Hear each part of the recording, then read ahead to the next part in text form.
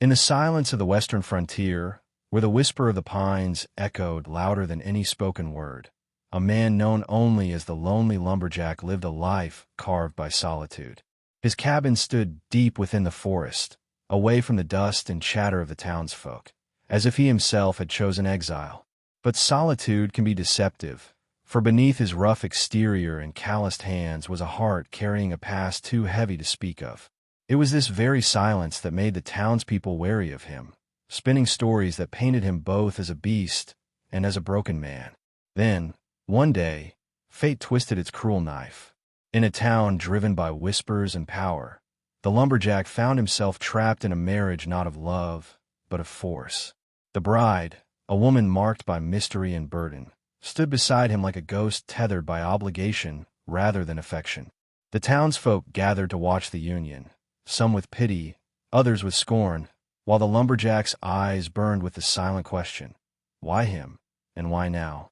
But the West has a way of testing men through fire and unexpected storms. What began as a union of coercion soon stirred strange rumors among the hills. The woman carried secrets that neither the lumberjack nor the community could fully grasp. Her presence in his cabin shifted the air, turning cold silence into a tension thick enough to break. It was not a home built on love, but on survival, and the lumberjack, hardened by years of solitude, was forced to share his fire with a stranger who seemed to carry shadows of her own. The turning point came when two small voices pierced that silence. Twin girls, fragile yet fierce in their innocence, appeared in the story like a dawn breaking over the darkest night. They looked upon the bride, their wide eyes brimming with both fear and longing, and in one breath that shook the entire room, they called her mother. The word echoed like a gunshot across the lumberjack's heart, shattering the walls of his solitude and rewriting every tale the town had told about him. From that moment, nothing could remain the same. What was once a tale of forced vows became a mystery bound by blood, secrets, and destiny. The lonely lumberjack was no longer merely a man chained by circumstance. He was now standing at the threshold of a story much larger than his own, a story where innocence, betrayal, and redemption would collide under the burning skies of the Old West. And for those who watched, it was clear, this was only the beginning of a saga that would test the very limits of love, loyalty, and fate. The nights in the lumberjack's cabin grew colder, though the fire burned strong. He had long been accustomed to silence, to the sound of wind pressing against the wooden walls, to the crack of branches under the weight of winter snow. But now, there was another rhythm, softer, uncertain, the cautious steps of a woman who had been placed in his life without his choosing. She spoke little, her eyes rarely meeting his, yet her presence weighed heavier than any axe he had ever carried.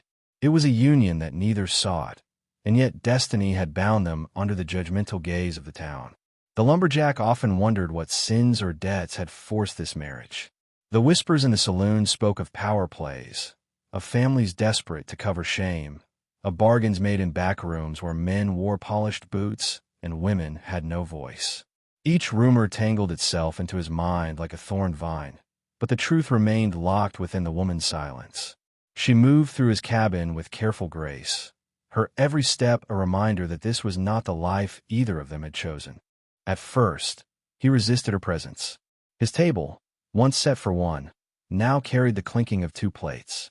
His tools, neatly arranged, seemed disrupted by her hands trying to bring order in her own way.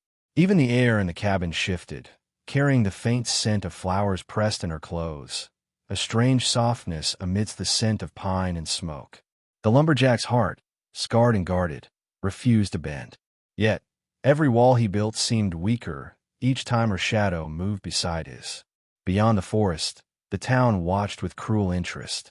Men mocked him for being shackled, women whispered of curses, and children dared each other to wander near the cabin and catch a glimpse of the woman said to be both cursed and blessed. The lumberjack bore their judgment in silence, as he always had. But inside, his silence was no longer peaceful. It was restless, broken by questions he could not answer. Who was she? What secrets did she carry? And why did fate choose him, of all men, to bear the weight of this forced bond? Yet, in the heart of this unease, destiny prepared its strike. One morning, As the mist clung low over the treetops, the sound of hurried footsteps approached the cabin. Two little girls, twins with eyes bright as dawn, burst through the door, their voices trembling with both fear and hope. And then, as if guided by some unseen hand, they looked upon the woman and cried out a single word that shattered the air. "Mother!" The lumberjack froze where he stood, the axe still gripped in his hand, its blade glinting with the reflection of the fire. The word echoed in his ears, sharp and unrelenting. He had never seen these children before, yet the way their small hands clutched the woman's dress spoke of familiarity, of a bond forged long before fate had chained her to him. His heart pounded against his chest, torn between suspicion and the strange pull of innocence radiating from their eyes. The woman, pale as the winter moon, did not deny it. She did not speak, but the tears welling in her eyes betrayed a truth deeper than words. She knelt, drawing the twins close, her arms trembling as if she had been holding her breath for years. In that embrace, the mystery thickened, weaving threads of sorrow, secrecy, and sacrifice into the story. Who were these children, and why had they been hidden? What past had been buried so deeply that it now resurfaced, like a storm breaking over the mountains? For the lumberjack, the world shifted. He had been forced into this marriage by powers he could not fight. Yet suddenly, he stood at the crossroads of a tale that stretched far beyond his own solitude. The presence of the twins transformed everything. No longer was it a story of a man and a woman trapped together. It was now a saga of bloodlines, of broken promises, of a family torn apart by forces unseen. The West, harsh and unforgiving, had delivered not just a bride but a destiny he could not escape. Outside, the town's whispers grew louder. News of the twins spread faster than wildfire. Some claimed they were illegitimate, others swore they were a curse brought to the forest, and a few whispered that they were the true heirs to something far greater than anyone imagined. The saloon buzzed with speculation, and men who had once mocked the lumberjack now eyed him with suspicion and envy. It was no longer just his silence they feared. It was the shadow of the truth that lingered in his cabin. And yet, within those walls, something unexpected began to bloom. The lumberjack, who had once lived only for the swing of his axe and the solitude of the woods, found himself watching the twins with a quiet tenderness he could not explain. Their laughter filled spaces once hollow. Their small footsteps softened the weight of his own, and their voices wove threads of warmth through the coldest nights. Against his will, the man of stone began to feel his heart stir, caught between the chains of mystery and the fragile light of a family he never asked for, but perhaps, deep down, had always needed. Days turned into weeks, and the presence of the twins reshaped the cabin in ways the lumberjack could never have foreseen. Once, the sound of splitting logs and the call of wild birds had been the only music that filled his days. Now, laughter echoed in corners long accustomed to silence. The girls played with scraps of wood, as if they were treasures, their innocent joy transforming the cabin into something resembling a home rather than a place of exile. Yet beneath this newfound warmth, the air still pulsed with unanswered questions, heavy as the mountains looming above. The lumberjack observed his bride with cautious eyes. She cared for the twins with tenderness that could not be forged or faked. The way she brushed their tangled hair, the way she held them close at night when the coyotes howled, revealed a mother's heart scarred by years of separation. But every gesture also deepened the mystery. If she was their mother, where had the twins come from? Who had kept them hidden all this time? And what danger followed them through the shadows of the forest? Though hardened by solitude, the lumberjack began to feel something unfamiliar stirring inside him. Watching the children run barefoot through the clearing, hearing their giggles as they tried to lift his heavy axe, he felt the iron chains around his heart loosen ever so slightly. For the first time in years, he considered the possibility of belonging, not just to a land or a silence, but to a family. Yet he feared this fragile peace was nothing more than a mirage in the desert, ready to vanish with the first gust of truth. The townsfolk did not share in the innocence. In the saloon, whispers grew darker, sharper, each rumor more poisonous than the last. Some said the twins were born of betrayal. Others claimed they were proof of a crime long buried. A few insisted that the woman had tricked the lumberjack into marriage, using the children as pawns in a game of survival. In the Old West, where reputations were as fragile as glass, such rumors were more dangerous than bullets.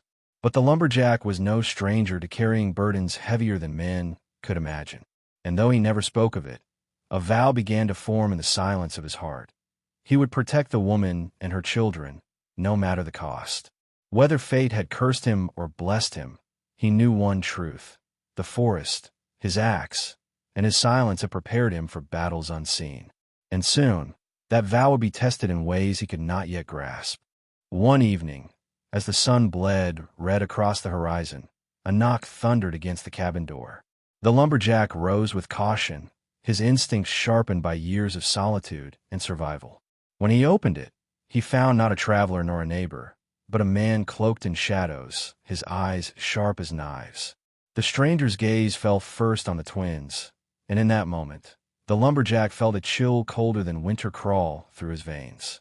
Whoever this man was, he knew them, and that knowledge carried danger. The woman's face turned pale, her breath catching, as if she had seen a ghost. She stepped forward, placing herself between the stranger and her daughters, her hands trembling as she held them close.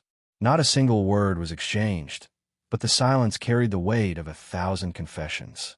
The lumberjack realized then that the secrets buried in his cabin were far deeper than he had imagined, and that the forest could no longer shield them from the world outside. The stranger left no threats, no demands, only a look, one that promised he would return. As his figure disappeared into the falling dusk, the lumberjack's heart pounded with unease. He turned to his bride, demanding answers, but she lowered her eyes, unable or unwilling to speak. It was then that he understood. Whatever past she carried, it was now tied to him, and whether he wanted it or not, her enemies had become his as well. That night, sleep abandoned the cabin. The twins clung to their mother, while the lumberjack sat by the fire, axe across his knees, eyes fixed on the door. The forest, once his sanctuary, seemed alive with whispers and shadows, each crack of a branch sounding like the footsteps of an intruder.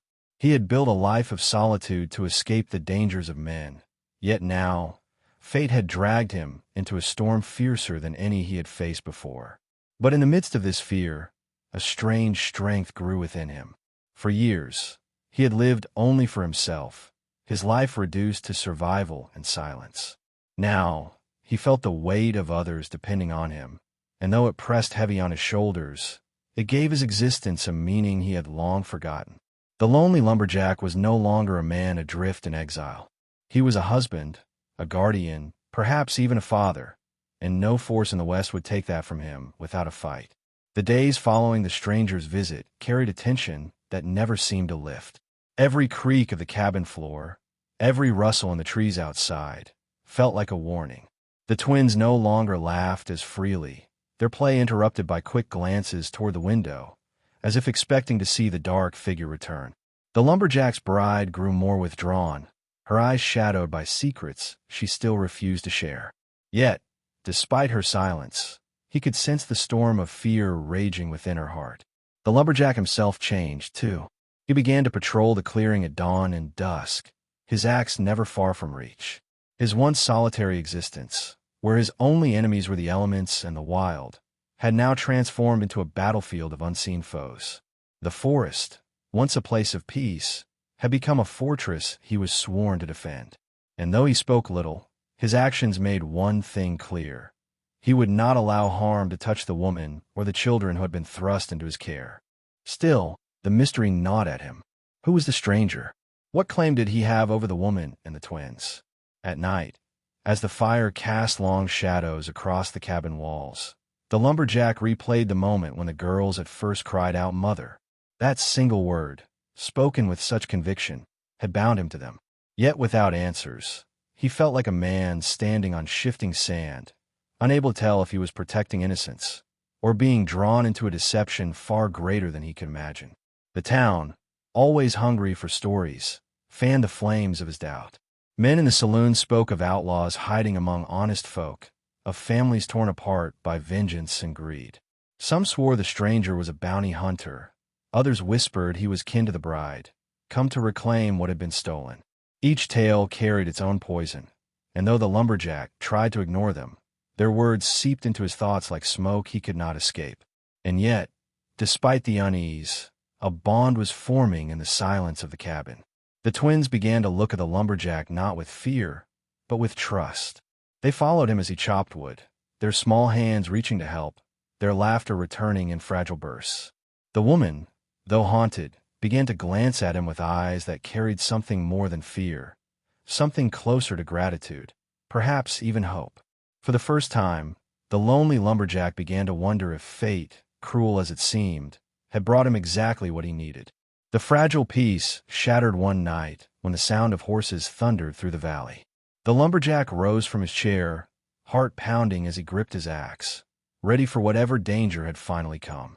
Through the window, the glow of torches flickered against the trees, casting long shadows that danced like spirits across the clearing. The twins clung to their mother, their cries muffled against her dress, while the woman's face drained of all color. She knew, before a single word was spoken, that the path she had fled had found her at last. The riders dismounted, their boots crunching against the frosted earth. The leader stepped forward, his coat long and dark, his face hidden beneath the brim of a hat. He called her name, not with anger, but with a chilling authority that silenced even the wind. The lumberjack felt the weight of the moment press upon him. He could no longer remain a bystander. This was his home, his family, chosen or not, and he would defend it with every drop of strength in his body. The bride trembled, torn between confession and silence. Her eyes pleaded with the lumberjack, as if asking for forgiveness before the truth could even be spoken. But he did not ask her to explain. He stepped forward, planting himself between the riders and the cabin door, his broad frame casting a shield over those inside. He was one man against many, armed with nothing but an axe and his unyielding resolve. But in that instant, he felt no fear. He had spent years fighting against the wilderness itself. Men were no different. The leader's voice cut through the night again, this time sharper, demanding that she come forth. The lumberjack's grip tightened, his knuckles white against the wooden handle of the axe. He knew the confrontation was inevitable. The West was not a land of mercy, but of survival, and men like these did not leave without taking what they came for. The only question was whether the truth would save them, or destroy them all. Inside the cabin, the twins sobbed softly, unaware of the weight of the moment, yet sensing its danger. The woman held them close, her tears falling silently as she whispered prayers into their hair. She knew the lumberjack was about to risk his life for a past that did not even belong to him, and in that sacrifice she saw the kind of man he truly was. In the silence of her heart, she made a vow of her own, that if they survived this night, she would no longer let the truth remain hidden in shadows. The standoff at the cabin stretched into a silence, so thick it seemed the forest itself held its breath. The riders waited, their torches casting an orange glow over the clearing, while the lumberjack stood firm, his axe steady in his grip. Though outnumbered, he carried himself like a mountain rooted in the earth, unmovable, unyielding. Every second that passed tested the nerves of both sides, until finally the leader spoke, his voice echoing like the crack of a whip. He revealed the truth in fragments, enough to shatter the illusion the lumberjack had clung to. The woman, his bride by force, had once belonged to a man of power, an outlaw whose name carried both fear and respect across the frontier. These twins were not merely children, but heirs to a legacy built on blood, greed, and stolen riches. The stranger claimed he had come to take them back, to return them to a world where they would inherit their father's shadow. The lumberjack turned to his bride, his eyes burning with questions. Her silence was no longer enough. With tears streaming down her face, she confessed she had fled that life to save her daughters, to break the chains that bound them to a future carved in violence. Her marriage to the lumberjack had been orchestrated by men in town who sought to hide her shame and silence the rumors, never realizing that in forcing the union, they had given her a protector stronger than any she could have chosen. The revelation cut deep.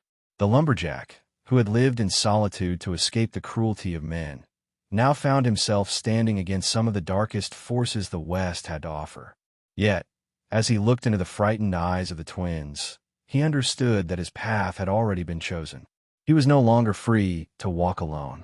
He bore the weight of their safety now, and no outlaw, no gang, no shadow of the past would strip him of that responsibility. With a voice steady as stone, the lumberjack spoke at last. He told the leader that the children would not return, that the forest was their home now, and that anyone who dared cross the threshold of his cabin would meet the swing of his axe. The riders stirred, their hands drifting to the butts of their pistols, but the lumberjack's resolve was iron. In the heart of the Old West, where justice was often written in blood, his words carried the weight of a man who had nothing left to fear, because he had finally found something worth dying for. The leader of the riders sneered, his patience unraveling like rope cut by a blade. He signaled with a tilt of his head, and two men stepped forward, their boots crunching against the frost as they drew closer to the cabin. The lumberjack's grip tightened, the muscles in his arms coiled like springs, his axe gleaming in the torchlight. Behind him, he could hear the faint sobs of the twins and the ragged breaths of his bride.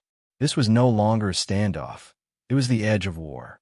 The first rider lunged, reaching for the door, but the lumberjack's axe swung with the precision of a man who had spent his life felling trees thicker than any man's bones. The blade struck the ground before the intruder's feet, splintering the earth and halting his advance. The message was clear. The next swing would not miss. The man froze, his courage faltering as the lumberjack's eyes bore into him like fire. But the leader would not back down so easily. He laughed, a sound colder than the winter wind, and mocked the lumberjack for standing alone against so many.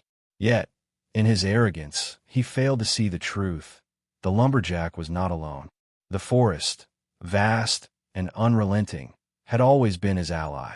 Every shadow, every tree, every path was known to him. And now, with the weight of love and loyalty anchoring his soul, he was stronger than ever before. The woman, finally breaking her silence, stepped forward. Her voice trembled, but it carried the sharpness of desperation. She pleaded with the leader to leave, to let her daughters live free of the legacy that had already claimed too many lives. Her words, raw and filled with anguish, cut through the night like arrows. For a moment, even the hardened men shifted uneasily, as if reminded of the humanity buried beneath their greed. Yet the leader remained unmoved. He declared that the children belonged to him by right of blood, that no lumberjack and no forest could stand in the way of destiny. His words dripped with venom, but as he spoke, the lumberjack raised his axe once more, his voice thundering like a storm across the valley. "Blood may claim them," he said, "but blood will not take them." And with those words, the line was drawn, one that could only be crossed in fire, steel, and sacrifice. The forest erupted in chaos as the riders closed in. Torches flared, boots pounded against the earth, and the crack of pistols shattered the silence of the valley. The lumberjack, with nothing but his axe, fought like a man possessed. Each swing of the blade was precise and merciless, striking with the force of years spent taming the wilderness. His arms burned, his chest heaved, but his resolve did not falter. For every step the riders gained, he pushed them back with the fury of a man defending more than just himself. He was defending a family, a home, a fragile hope he had never thought possible. Inside, the twins cried out, their voices trembling with fear. The woman held them tightly, whispering prayers through her tears as the roar of battle thundered outside. She could no longer deny the truth. This man, forced upon her by circumstance, had become their shield, their wall against the darkness of her past. Each clash of steel and what outside the cabin walls was a testament to his unspoken vow, that he would rather fall in blood than see them taken. The leader of the riders advanced with cold precision, his revolver gleaming in the firelight. Unlike his men, he did not rush.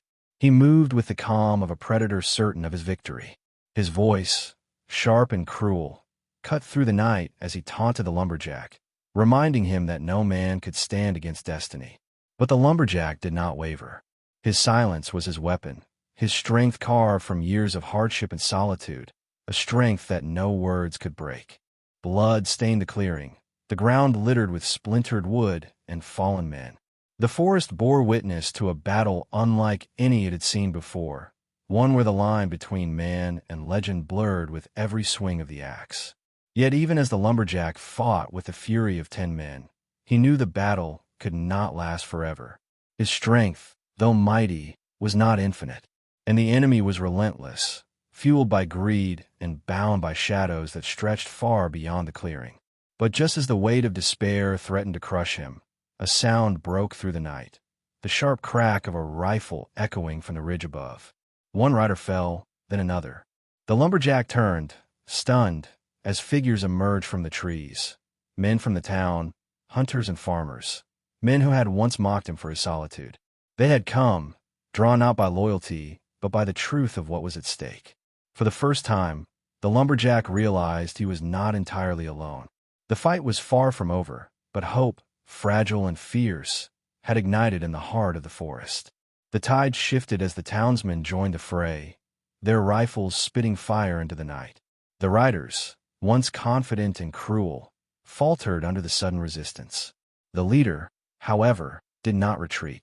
His eyes locked on the cabin door, where the faint glow of firelight framed the silhouettes of the twins. He roared with rage, determined to claim what he believed was his by right of blood. But before he could advance, the lumberjack stepped into his path, his axe raised high, his stance unbreakable. Their battle was unlike any other. Steel clashed against steel, brute strength against ruthless cunning. The leader's revolver fired, but the lumberjack, fueled by something deeper than survival, pressed on. The two men fought not just for control of the clearing, but for the souls of 2 children whose fate hung in the balance. Each blow, each strike, carried the weight of destiny, as if the very West itself watched to see who would prevail. The woman, clutching her daughters, finally found her voice. She shouted to the lumberjack, her cry filled with a mix of fear and love she could no longer hide. It was a cry that pierced through his exhaustion, that gave him the strength of 10 men. With a final swing, his axe cut through the night, and the leader of the riders fell, his reign of terror ending in silence beneath the stars. The remaining men scattered, their courage broken, their torches snuffed out as they vanished into the darkness of the forest. The clearing fell quiet once more, save for the ragged breaths of the wounded and the distant howl of wolves. The townsmen stood in awe, their eyes fixed on the lumberjack who had stood alone against shadows and survived. They whispered among themselves, no longer with scorn, but with reverence. For in that night, the lonely lumberjack had become something more than a man. He had become a legend. Inside the cabin, the twins ran into his arms, their small hands clinging to him with trust unshakable. The woman, her tears glistening in the firelight, looked upon him with a heart forever changed. Their bond, once forced by circumstance, had been forged in blood and fire into something real, something eternal. And as dawn broke over the forest, painting the horizon in shades of gold and crimson, the lumberjack stood at the threshold of a new life, no longer alone, no longer bound by silence, but surrounded by a family he had never sought yet had always needed. Beneath the vast skies of the Old West, the tale of the lonely lumberjack reached its end not in silence, but in transformation. A man once defined by solitude, by the rhythm of his axe and the weight of his exile, found himself forged into something greater.